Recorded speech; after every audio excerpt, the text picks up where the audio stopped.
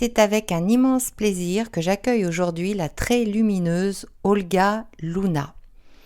Olga, vous êtes née au Pérou, vous êtes diplômée de l'École normale supérieure des beaux-arts de Lima. En 1973, vous vous installez à Paris. Passionnée par l'humain, et c'est pourquoi je tenais à cet échange avec vous sur la chaîne de Nerica, vous avez développé plusieurs travaux autour du masque. Tout cela est parti d'un intérêt que vous avez eu à la figure de Harlequin. Dans vos peintures, vous déstructurez, décomposez les losanges de l'habit traditionnel de Harlequin, mais vous utilisez également la toile brute et jouez avec les géométries que vous pliez, dépliez, que vous repliez tels des origamis. Au cours des années 1990, toujours en poursuivant votre travail autour du masque de Harlequin, vous commencez à réaliser des masques et cela va vous inspirer petit à petit pour réaliser un mur de masques, puis un second, dont chacun des masques est moulé à partir de visages d'enfants, avec un premier mur réalisé au Pérou en 2002. Olga, bonjour. Bonjour Karine. Aujourd'hui, l'artiste que vous êtes a créé 19 murs de visages d'enfants moulés en masques reprenant les traits de chacun de ces enfants. Donc 19 murs dans 19 pays du monde, des pays latino-américains et africains, je crois, au départ, et également en France. Alors Olga, quelle est la raison de ce choix ? Bon, les choix, c'est imposé à moi.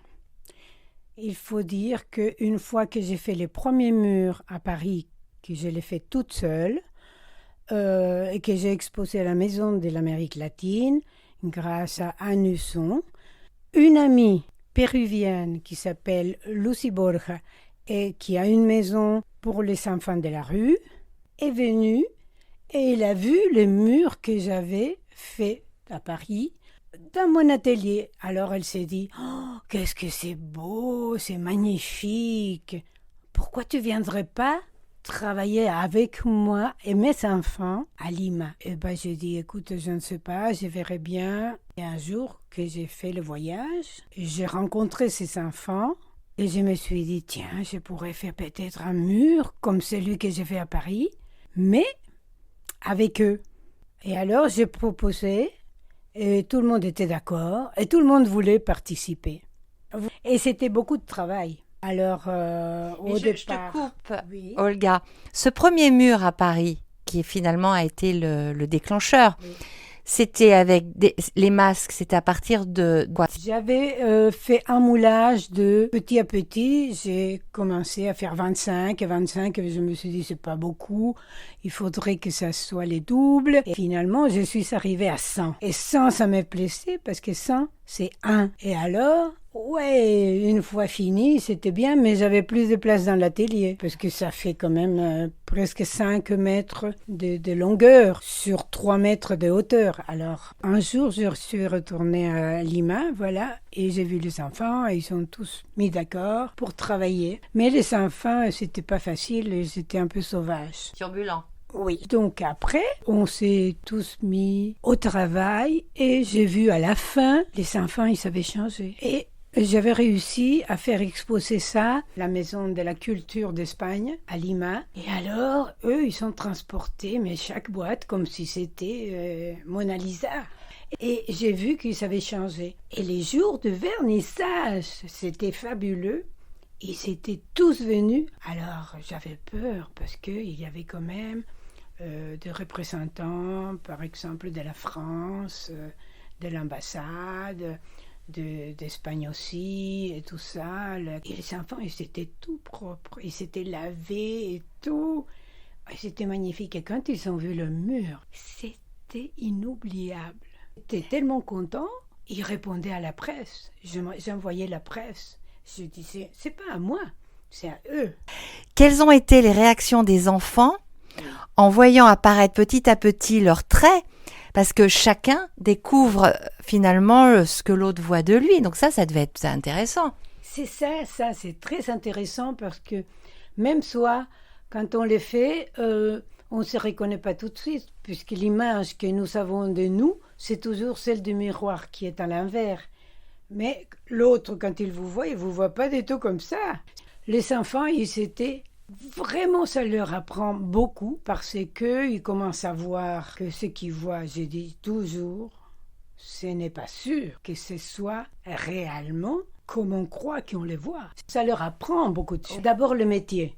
Ils apprennent à mouler. Ensuite, ils apprennent beaucoup de choses par rapport à la réalité. Dans les cerveaux, c'est un déclic immense. Et quand on le fait, qu'on est sous le plâtre, on est vraiment dans un autre monde. Et quand on enlève ces plâtres et qu'on ouvre les yeux, c'est comme un retour à la vie. Ouais. C'est une renaissance. Ça, c'est formidable. Mais ça, t'as dû le voir dans leurs yeux. Mais bien sûr. Ouais. Ils sont tous enchantés après. C'est pour ça qu'après, ils portaient ça pour l'exposition comme si c'était un miracle. Ouais. C'est vraiment...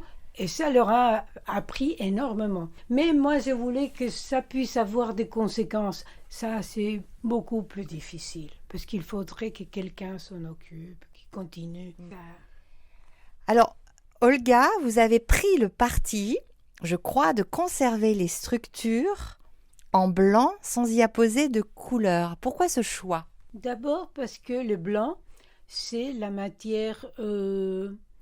initiale avec laquelle on travaille. Et après, parce que le blanc, c'est la lumière elle-même.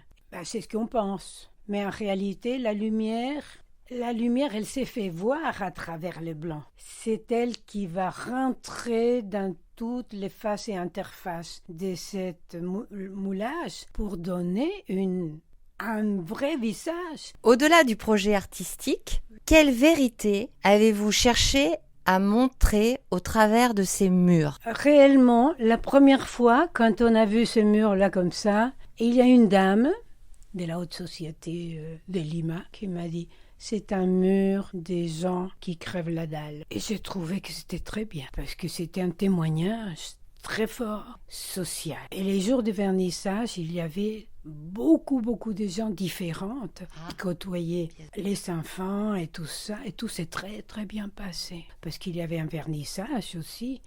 Donc, vernissage dans le sens qu'il y avait des choses à boire et à manger. Et les enfants, ils se sont comportés comme des adultes. Personne n'a renversé quoi que ce soit. Il ne s'est rien passé de négatif. Tout était vraiment étonnant. Donc, grâce à ça, tu as réussi à réunir deux mondes, Exact. surtout dans des pays où l'écart est énorme, deux mondes qui se fréquentent pas, qui se côtoient pas, quoi. Bien sûr. Et c'était ça. Et il y avait des jeunes sociologues qui disaient que c'était une chose qu'ils n'avaient jamais vue. Et ça, c'était très intéressant. Ces enfants, ils manquent d'amour. Et ce qu'il faut, c'est de l'amour. Les enfants, ils sont livrés à eux-mêmes. Et toute l'éducation, avant toute chose, ça passe au moins par un des parents. Ça soit le père ou ça soit la mère. Mais c'est l'amour qui va les former, va mettre la pierre des bases des constructions. C'est un art qui est destiné à l'exposition publique. Olga, les murs sont-ils exposés en extérieur, accessibles à tous ou en intérieur ? L'un ou l'autre. Pour que ça soit exposé à l'extérieur, ensuite il faut protéger les plâtres. Alors il y a plusieurs techniques pour faire ça. Et à l'intérieur, on peut l'exposer tel quel et aussi le protéger si on veut pour que la poussière ne l'atteint pas. Mais c'est toujours bien. Il faut que ça soit dans un endroit accessible pour les familles, les amis de ces enfants qui voient que quand même, ils font des choses pour les enfants. C'est la première fois où ils donnent à la société. En donnant les moulages de leur figure, c'est un don social. Donc, ils ne sont pas soutenus par l'État, ce sont eux qui donnent pour une fois. Et ça, je trouve que c'est très important. Alors Olga, il a sans doute fallu abattre d'autres murs au préalable pour obtenir les autorisations, trouver les modèles avant de pouvoir s'attaquer à un tel chantier. Pas facile, pas facile. Qui, comment et tout. Ah, les enfants de la rue. Ah non, écoutez, tout est plein. On n'a pas de place.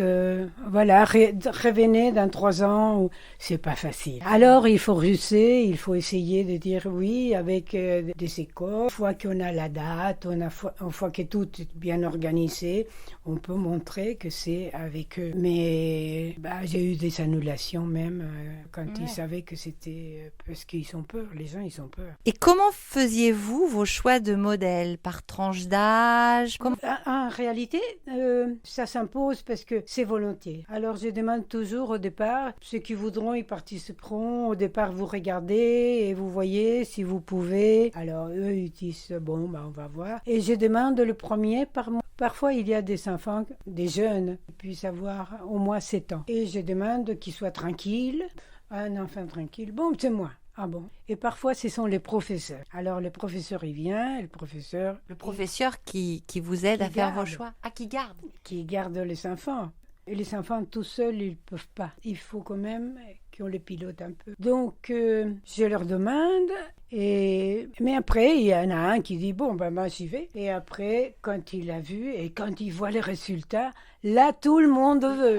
Alors, on l'a dit, ces œuvres sont exposées par et pour les enfants qui vivent dans des pays où règne souvent la privation, le rejet, l'impuissance et où souvent on a peu de temps à consacrer à la reconnaissance de cet être qu'est l'enfant. Vous, en tant que femme, qu'avez-vous ressenti, vous? Je ressens de toute façon une joie énorme parce que c'est pour ça que je continue. Rien au monde vous gratifie autant. Une fois au Bénin, nous étions au centre culturel et on travaillait comme ça dans les ateliers. Et à côté, il y avait la construction du musée de la Récade. Les ouvriers, ils regardaient. Et un jour, il y a un qui est venu et il a demandé s'il pouvait se faire mouler. Je dis bien sûr. Et alors, après, quand il a vu son moulage, il était très ému. Il m'a remercié, il m'a dit 25 ans que je travaille avec le plâtre.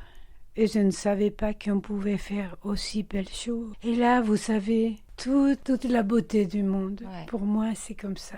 Et il y avait dans son cerveau une ouverture. Ouais, vous aviez ouvert quelque chose. Ça. Ouais. Et c'est comme ça, sauf que lui, il l'a exprimé comme ceci. Mais pour tout le monde, c'est comme ça.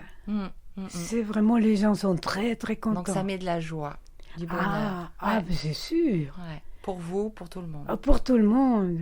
C'est gagnant-gagnant, comme on dit. Exactement. Alors, ce sont des œuvres esthétiques et humanistes, finalement, dont vous vous êtes faite la porte-parole artistique, quand même, Olga. Avez-vous, alors vous venez nous en citer un, avez-vous un autre joli moment, une jolie rencontre, quelque chose qui vous a profondément touché et que vous pourriez partager avec nous? Bon, à la Seine-sur-Mer, à côté de la Cité Verte, et il y a un centre culturel. Pour les étés, il y a des cours pour les enfants. Et moi, à ce moment, j'ai travaillé avec les enfants de la cité. Et une petite fille est arrivée avec ses parents qui lui disaient qu'il allait prendre des cours. Et ils ont vu que j'étais en train de travailler comme ça. Et la petite fille a commencé à travailler avec moi, me passer une chose, une autre, et commençait à regarder et tout. Et elle est venue 1 fois, 2 fois, et après, elle est devenue mon assistante. Elle avait 8 ans. Elle était douée, elle était tellement contente. Elle a amené ses parents pour qu'ils se fassent mouler, ses sœurs, mais tous ses amis. C'était vraiment du début à la fin. Ça a été vraiment étonnant. Et sa mère ne revenait pas. Parce qu'elle m'a dit, vous l'avez vraiment responsabilisé. Et voilà. Et il a quand même grandi du jour au lendemain. Peut-être une future artiste? Peut-être. Ouais. Le dernier mur, Olga, c'était où? Au Togo, et c'était vraiment très bien. C'était la première fois que je travaille directement avec un ministère. C'était intense, il faisait très très chaud. C'était intense à tout point de vue, parce que les enfants, ils venaient des générations qui sont nées au bord de la mer. Ça veut dire qu'ils vivent dans les sables. C'était très touchant. Et pourquoi c'était plus touchant? Qui n'ont pas de maison. Donc, il y en a beaucoup. Ils ne veulent pas non plus se faire scolariser parce que de toute façon, leurs parents, ils sont déjà nés là et leurs arrière-parents aussi. Mais je vois une petite fille, par exemple, qui avait l'air d'une poupée et qui avait 13 ans et qui avait un bébé. Alors, quels sont vos projets actuellement, Olga? Je ne sais pas continuer, pas tout de suite, parce que quand j'ai fini un mur, j'attends un peu, parce que après je suis fatiguée quand même. Donc après, c'est continuer, comme ça, dans la mesure du possible. Olga, un immense merci pour ce très joli échange. Vous nous avez fait voyager. Merci Karine, merci à vous tous. À bientôt, merci.